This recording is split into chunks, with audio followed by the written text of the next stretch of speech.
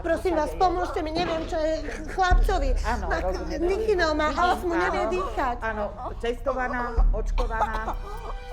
Nie, ale prosím vás, pomôžte mu, ja neviem, čo mu je. Nemám respirátory, ja vás poprosím.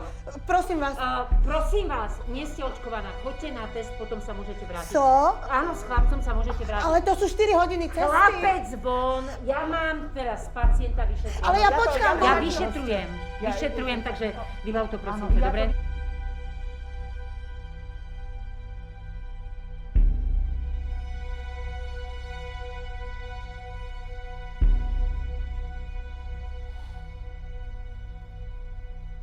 Hádaj, Karel.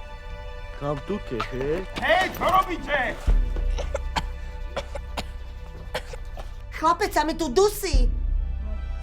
Mám inhalátory, ale nechaj nič. Proste nič. Ty za to nemôžeš. Testy nemali. Predpis je predpis. Musela si sa chrániť.